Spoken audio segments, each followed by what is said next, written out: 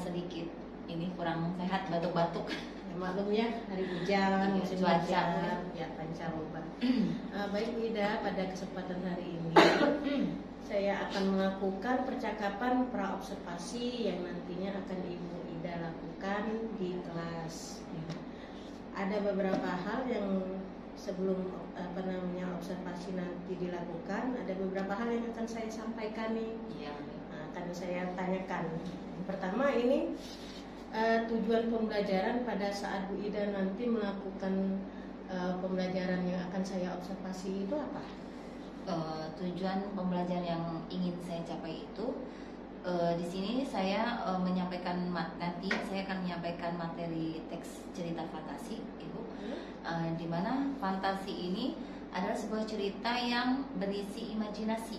Jadi tujuan saya ini untuk menghibur ya, inti kalau imajinasi itu istilahnya cerita yang suka-suka kita gitu ya. Tidak ada di dunia nyata. Jadi istilahnya kita mau hayalan ya. Kita punya tongkat sakti. Jadi tujuannya itu untuk menghibur para pembaca di sini khususnya kepada peserta didik. Kemudian itu untuk meningkatkan daya imajinasi mereka. Jadi mereka bisa berkembang dan istilahnya mereka tidak berpikir yang monoton. Jadi mereka bisa istilahnya apa? Berpikir di luar dimensi. Jadi khayal seperti itu. Khayal gitu. Mungkin itu tujuan saya. Jadi dari cerita fantasi yang akan saya sampaikan nanti, selain mereka berimajinasi, tapi imajinasinya tetap dalam jalur ya Bu ya. Ya, konteks di pembelajaran. Kemudian di situ biasanya cerita fantasi itu juga memuat pesan hikmah gitu. Jadi seperti itu. Iya, jadi nanti cerita yang saya tayangkan itu di dalam cerita itu ada pesan kehidupan. Pesan kehidupan maksudnya di sini anak bisa mengambil pesan dari cerita yang dialami oleh tokoh. Contohnya di situ adalah yang bersifat sosial. Bersifat sosial. Nah, ini contohnya kira-kira kalau yang bersifat sosial itu seperti apa tuh? Yang sosial itu kan berhubungan dengan masyarakat ya. Di sini anak bisa saja misalnya dengan sesama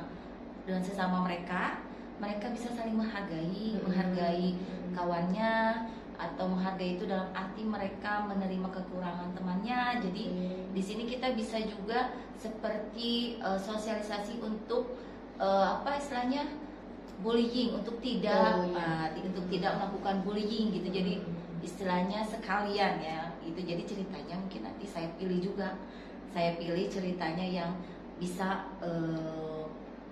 diambil beberapa poin positifnya dari sana ya. Jadi bukan hanya menampilkan cerita, tetapi anak-anak tidak bisa mengambil nilai dari cerita tersebut. Iya, betul. Oke, ini pertanyaan selanjutnya nih. Setelah dari menyampaikan tujuan tadi, ini kira-kira area pengembangan yang hendak dicapai nih pada waktu proses pembelajaran yang Bu Ida inginkan pada anak-anak itu apa kira-kira? Yang saya inginkan di sini anak bisa lebih kaya imajinasi. Karena ada beberapa anak tuh yang memang susah untuk mengembangkan imajinasinya gitu. Jadi mereka lebih berpatok pada apa yang mereka baca saja, mereka lihat saja. Tapi dengan adanya materi ini, saya ingin mereka bisa lebih berimajinasi, terus kreativitas berpikirnya lebih kaya. Kemudian juga di sini ya, tadi pengembangannya dari lebih ke sifat mereka, sikap yang bisa mereka aplikasikan dalam kehidupan sehari-hari. Jadi pengennya tuh anak-anak tuh kalau misalnya berpikir itu jangan berpikir yang logika aja, boleh misalnya berkembang, boleh saja berkembang, tapi tetap di dalam koridor yang kita tentukan. Jadi kalau misalnya nanti suatu saat mereka ada pengen jadi penulis, mungkin betul, kan betul. Itu jadi ada penulis, jadi sastrawan. Jadi kan kalau penulis itu kan enggak tidak mentok di tidak mentok apa yang dilihat, tapi bisa di luar dimensi, ruang dan waktu gitu. Oke, ini untuk pertanyaan selanjutnya nih. Strategi yang Ida persiapkan untuk menyampaikan materi ini nih kira-kira apa? Pastinya butuh dong strategi biar anak-anak menarik gitu kan. Memang kalau strategi itu ya membutuhkan banyak ini ya, pemikiran ya, lumayan juga lagi ya. sekarang kan anak-anak ada yang kinestetik, ada Iya, betul. audiovisual, jadi guru Tiga, kan ya, dituntut dibagi. untuk apa ya, Kreatif kreatif juga. dan inovatif. Nah, gimana ini kalau yang audiovisualnya gimana menyiapkannya ya? Strateginya mungkin ya itu dibagi juga berdasarkan kemampuan mereka belajar tadi ya, kayak kinestetik, audio dan visual. Jadi di situ saya menyiapkan PowerPoint, tayangan PPT di depan. Itu pembukaannya tayangan cerita fantasi. Di situ ceritanya itu ada teksnya, secara visualnya ada. Kemudian saya juga mencoba bukan menerjemahkan tapi menceritakan kembali, menceritakan ulang kalimat-kalimat yang ada dalam tayangan tersebut, sehingga itu bisa istilahnya kena ke peserta didik yang cara belajarnya audio. Ya, jadi ada dua sekaligus. Audionya ada, visualnya ada dengan gambar-gambar tayangan. Nah, kinestetiknya mungkin mereka dengan gerakan, ya, dengan gerakan kinestetik bisa mungkin dengan gambar-gambarnya juga, ya, tidak monoton gitu ya, tidak hanya tulisan, ya. Itu strategi yang pertama untuk medianya. Kemudian ada latihan lembar kerjanya, itu berupa portofolio juga. Kemudian dengan lewat HP juga ya, pembelajarannya. Metode mengajarnya pun ya tidak hanya ceramah ya, jadi anak bisa langsung ikut serta ya, kemudian seperti anak itu terlibat langsung dalam pembelajaran. Kemudian untuk intinya mereka mengerjakan tugas secara berkelompok. Jadi saya memberikan tugas kepada 3 kelompok tadi sesuai kemampuan belajarnya, dengan media tadi handphone ya, audio visual, visualnya bisa dengan saya lembar kerja, portofolio, berupa gambar, jadi ya, berupa gambar. Kinestetiknya saya coba mereka ada memperagakan kalimat yang diucapkan oleh tokoh gitu. Jadi bukan hanya gerakan mulut ya. Bukan, jadi seperti intonasi juga. Misalnya, ya. Coba bagaimana kalau orang misalnya di situ kan ada peragaan seperti menyindir, bagaimana intonasinya kan beda ya. Ada yang sedikit sini, ya, muka gitu. Nah, itu kinestetiknya. Kemudian sebelum dan sesudah sih sebetulnya ada ice breaking, biar siswa itu tidak jemu. Yang pertama itu sebelum pembukaan ice breakingnya ya biar adalah semangat walaupun tidak terlalu bagaimana, dan di tengah-tengah atau di akhir itu saya berikan juga ice breaking sebagai istilahnya motivasi mereka sudah mengikuti pembelajaran dengan cukup baik gitu. Itu mungkin metodenya. Jadi persiapannya lumayan banyak ya Bu Ida ya. Iya, lumayan. Ya begitulah namanya tuntutan guru sekarang, harus inovatif dan kreatif, karena anak sekarang tidak seperti yang zaman kita dulu. Iya, betul. Kalau dulunya ya dulu mungkin hanya satu media pembelajaran saja, diterima aja ya istilahnya, manut ya. Kalau sekarang yang diberi satu aja anak-anaknya sudah pada tidur. Anak-anak sudah ini juga pintar berbicara, komentar gitu kan. Baiklah Bu Ida, terima kasih untuk percakapan praobservasinya. Nanti pada saat di supervisi setelah itu kita akan ketemu lagi besok untuk di percakapan pasca observasinya.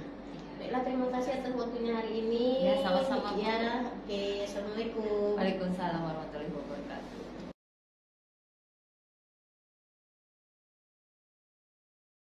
Ya, anak-anakku, assalamualaikum warahmatullahi wabarakatuh. Waalaikumsalam warahmatullahi wabarakatuh. Alhamdulillah, semuanya sehat? Sehat. Oke, sebelum kita memulai, Ibu absen dulu ya.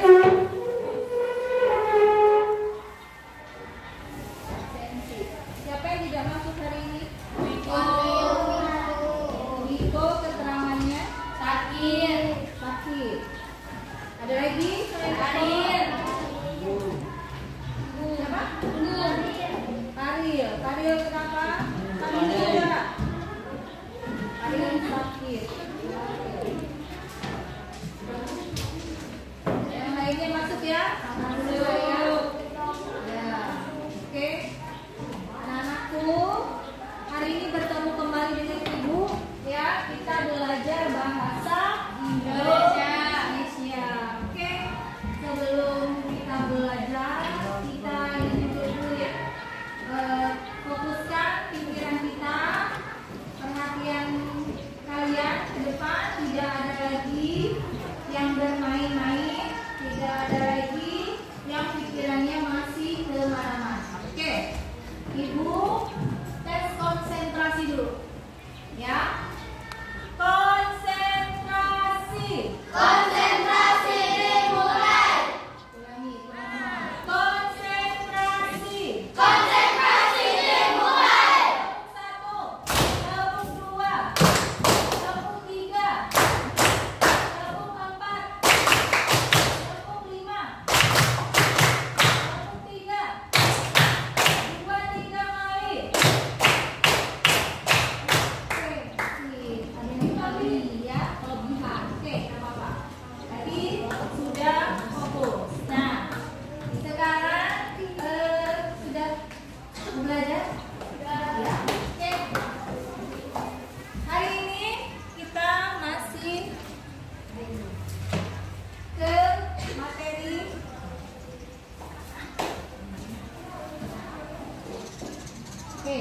ya. Materi teks persuasi. Ya, tunggu sebentar.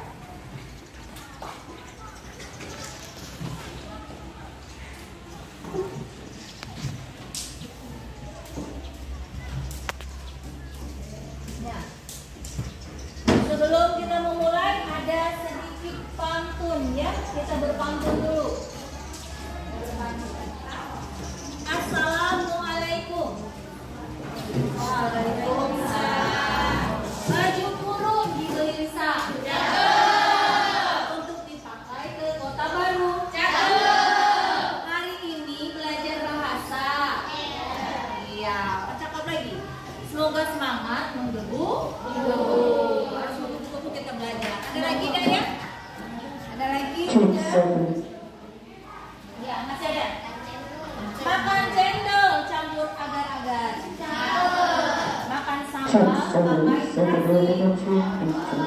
Ayo kita mulai belajar. Semua fokus dan konsentrasi. Ya, itu pantun pembuka ya. Biar ada refresh dulu. Oke. Anak-anakku, hari ini kita belajar mengenai teks cerita fantasi.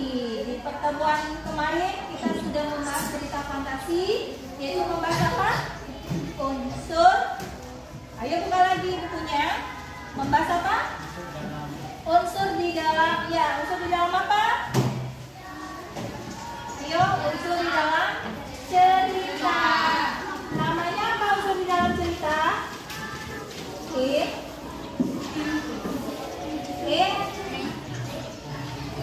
Ini apa? Yang keras.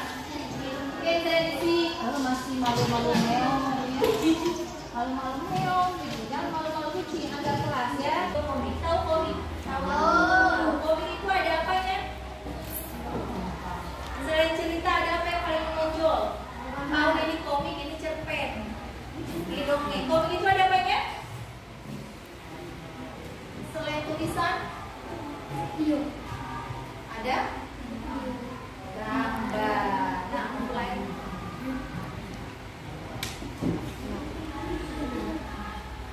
Oh ya.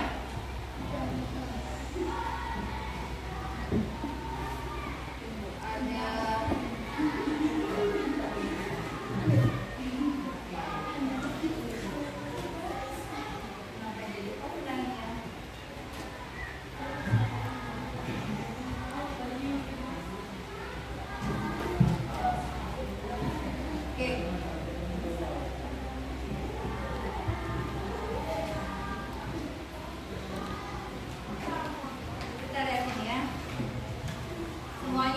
simak ini dari cerita, dari bahasanya ya. Dan karena kita membahas lutut ke bahasa. Oke, karena ini tulisan, ibu akan membacakan, yang lainnya melihat sambil mendengar. Mendengarkan ceritanya ya. Ini adalah komik pendidikan yang berjudul Jangan Takut Mencoba.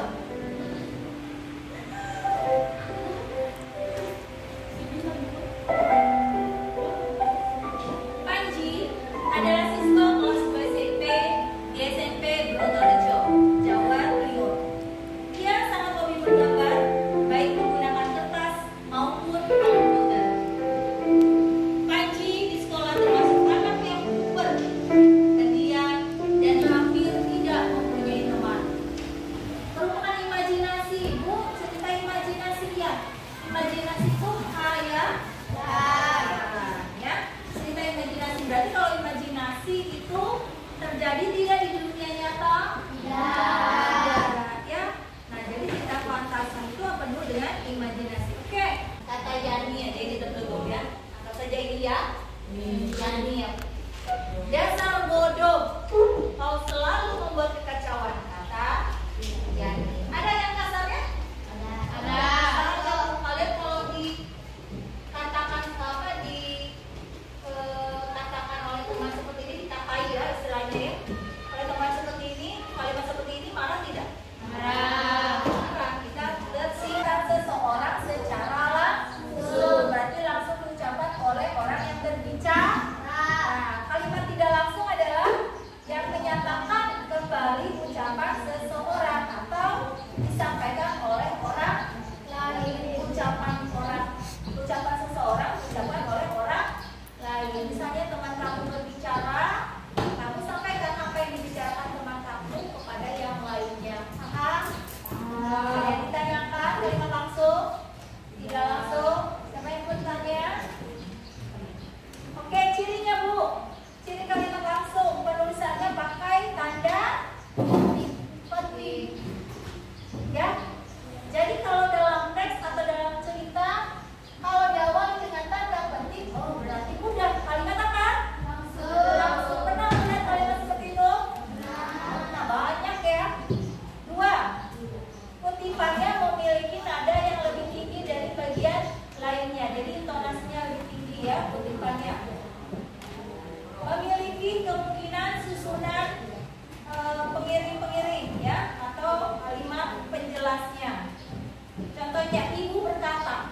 Ibu berkatanya kalimat langsung bukan yang tadi. Bukan, betul. Nah, ini bukan kalimat langsung ya. Kalimat langsungnya berarti dari tanda petik ini ya, sampai tanda petik ini. Paham? Oke. Kita lihat contoh kalimat langsung. Tadi sudah ya, ibu berkata, tapi beda lagi. Ayo bacakan kita yang keras. Satu-satu. Tolong antarkan amplop ini ke rumah Pak RT. Nah, ibu berkata, tolong antarkan amplop ini ke rumah Pak RT. Siapa yang berbicaranya? Ibu. Kemudian kalimat kedua, silakan Juli.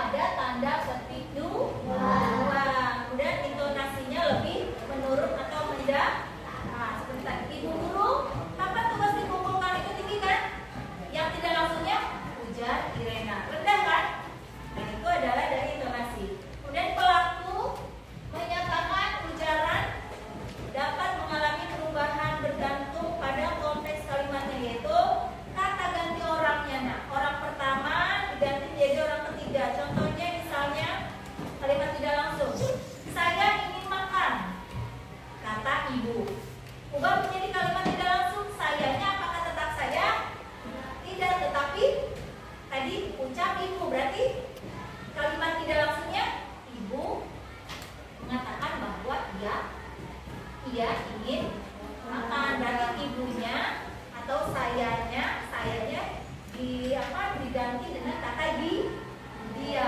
Paham? Paham tidak? Kata gantinya diubah ya.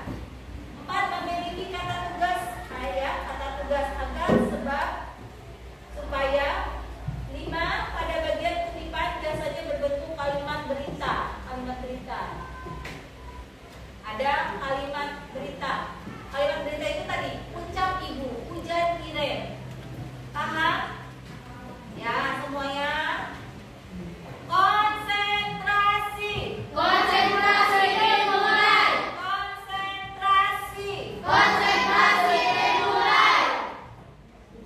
Oke, kita sedikit lagi. Oke, contoh kalimatnya bagaimana contoh kalimat tidak langsung? Silakan baca nomor 1, Yelga. Raksasa tak menyangka emas berani melukainya. Dia mengancam akan menangkap dan Kalian akan diberikan LKPD latihan per kelompok dulu. Silakan kelompoknya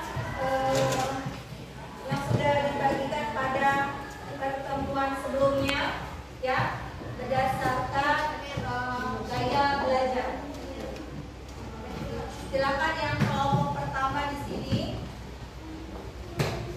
6 kan? Kelompok 1, 2, 3, 4, 5, 6. 1, 2 baris, 2 baris. Kelompok 1, kelompok 2, kelompok 1 itu mereka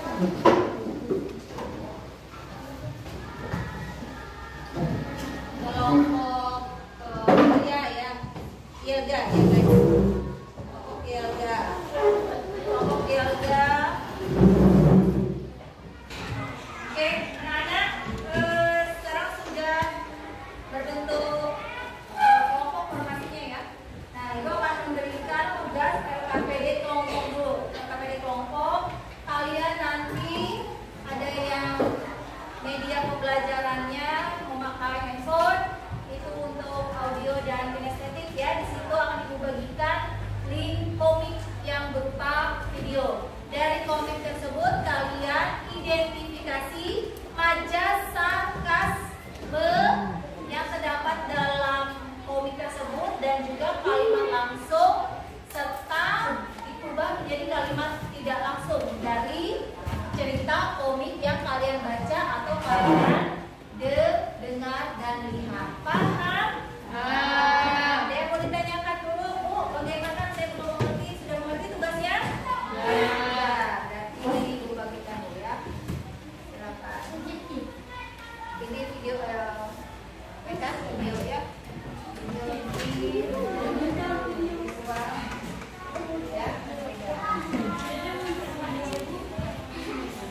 Situ, oke. Ini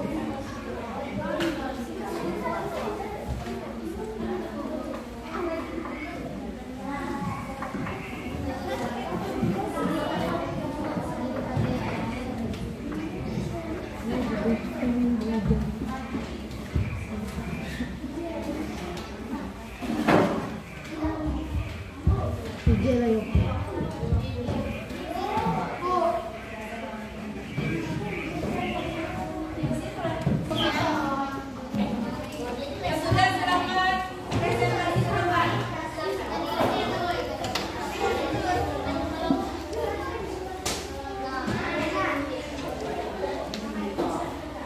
Presentasi ya, presentasikan hasilnya ke depan. Ya.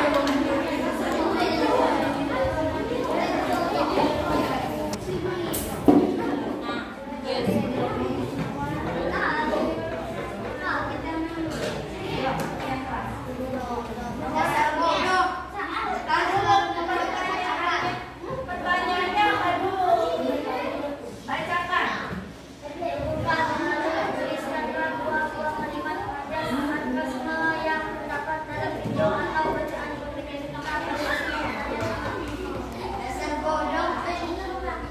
Yang kamu coba. Coba seolah-olah kamu sedang berbicara. Praktekkan.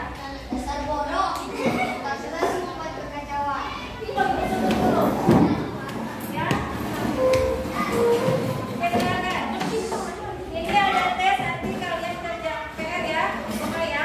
Pembelajaran hari ini karena waktu kita tidak cukup, ini akan dibagikan. Nanti kalian besok pas pelajaran ini. Oke. Ya, ini. Ya, ya. Oke. Ini yang itu. Ya. Itu ya. Konsentrasi. Dua. Gabung satu. Tiga dua kali. Dua. Gabung satu. Berdiri, berdiri. Kita lihat. Tegak ya. Tegak kepala. Tegak. Kita kembali bergabung tangan dengan bahu pada hari Minggu. Sudah tahu apa gerakannya? Balik perut, kanan kiri buka. Ya, paham? 3, 2, 1. Pada hari Minggu ku turut ayah ke kota, naik dengan istimewa, ku duduk di muka, ku duduk samping Pak Kusir yang sedang bekerja, mengendarai kuda supaya baik jalannya. Hei, kamu belajar hari ini sudah naik apa? Majas? Majas. Silakan duduk bertanya dulu. Majas apa? Sarkasme. Apa sarkasme itu? Majas ya. Mengungkapkan kalimat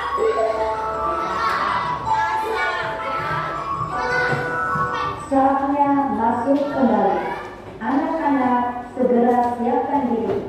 Belajar dengan penuh semangat. Terima kasih. Majas mengungkapkan kalimat kasar. Betul. Kemudian jadi komik dengan cerita fantasi dalam teks itu berbeda. Kalau komik baca sarkasmenya lebih dominan atau lebih banyak ya. Kalau teks cerita fantasi lainnya tidak. Kemudian kalimat langsung itu apa? Kalimat yang langsung apa? Diucapkan oleh pembicara.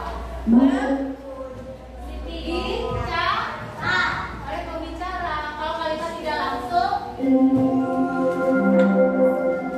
kalimatnya diucapkan kembali oleh orang. It's time to begin the program.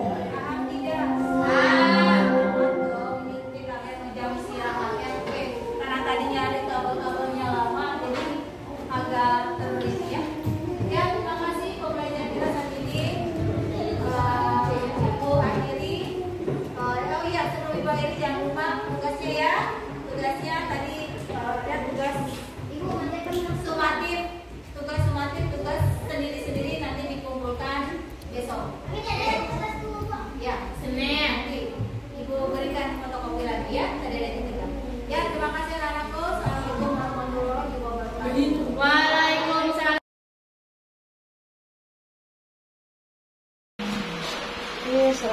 Assalamualaikum Bu Ida. Waalaikumsalam. Gimana kabarnya hari ini? Alhamdulillah. Terima kasih ya sudah kemarin sudah diobservasi untuk proses pembelajarannya. Kita hari ini ketemu lagi dalam percakapan pasca observasi kelas. Ada beberapa pertanyaan yang akan saya sampaikan nih. Pada waktu kemarin saya melakukan proses pembelajaran itu, kira-kira bagaimana perasaan Bu Ida? Perasaan saya cukup puas ya. Cukup puas. Iya, belum 100% belum 100% karena ini adalah pengalaman pertama saya mengaplikasikan pembelajaran kurikulum merdeka. Tahun pertama ya. Tahun pertama karena tahun kemarin saya mengajar di kelas 9 dan 8 yang masih kurikulum 2013. Jadi Ya ini tahun pertama, jadi saya masih perlu banyak belajar. Ya hasil kemarin cukup ya, masih ada lah perbaikan-perbaikan. Jadi perasaan saya ya cukup menyenangkan lah. masih ada ya hal baru ya, tapi sudah kalau kira-kira dipresentasikan itu berapa? Kalau dipresentasikan mungkin baru 50 ya Bu ya, kalau menurut saya. Kalau mungkin menurut lain orang tidak tahu, cuman kalau menurut pribadi saya kayaknya masih 50, masih banyak belajar. Ya mungkin karena baru pertama kali ya, karena kurikulum merdeka itu kan susah karena harus mengetahui karakter anak masing-masing, bagaimana mengatasinya, medianya berbeda sesuai dengan gaya belajar mereka. Jadi ya kalau presentasi tadi itu 50 ya. Tapi sepertinya lebih kayak kemarin itu saya. Ya mudah-mudahan. Ya. Sudah ya mungkin namanya juga baru pertama ya. Iya. Nah selanjutnya nih kita hari ini akan membahas topik percakapan dari catatan pada waktu observasi kemarin. Nah, kira-kira nih dari pembelajaran kemarin ini apa yang masih perlu ditingkatkan atau yang masih kurang? Kemarin itu saya kurangnya seperti ini kayak gitu. Mungkin banyak lah ya menurut saya. Tapi yang pertama itu mungkin mengkondisikan siswa ya, mengkondisikan siswa itu cukup sulit sebenarnya menurut saya ya, sulit mudah lah. Karena ada beberapa siswa yang mungkin kurang fokus, apakah mungkin dia ada sebelumnya di rumah ada masalah atau bagaimana ya. Tapi sudah saya coba untuk menegur, mencoba agar dia fokus ya. Jadi lebih mengkondisikan siswa untuk lebih fokus dan semangat lagi. Kemudian mungkin ada pengaturan waktu ya, Bu. Pengaturan waktu itu yang menurut saya belum cukup efisien untuk mengatur, misalnya untuk pembukaan tuh berapa menit, kegiatan intinya berapa menit sampai kegiatan akhir, karena di situ saya ada sedikit kegiatan intinya itu agak sedikit memakan waktu ya, sedikit mengasihkan mungkin lah ya. Jadi masih belum bisa ya bisa mengatur waktu lebih baik. Ya, jadi tadi mengkondisikan anak ya, sama waktu tadi efisien waktu ya. Terkadang juga kalau kita ngajar asik itu kurang malah waktunya. Betul. Jadi kayak saya lihat kemarin pada waktu speaking itu kan menarik sekali, nggak pada gerak gitu ya. Kadang nanti kalau saya misalnya adalah namanya saya lupa gitu kan ke speaking ya, Bu speaking ada gerak ketagihan jadi jadi Oke, berarti ada 2 poin yang harus saya garis bawahi, berarti mengkondisikan anak dan pembagian waktu ya. Oke, selanjutnya nih pertanyaan terakhir. Rencana tindak lanjut nih kira-kira. Tadi kan ada 2 yang kompetensi yang mau akan dilatih lagi atau dimaksimalkan lagi.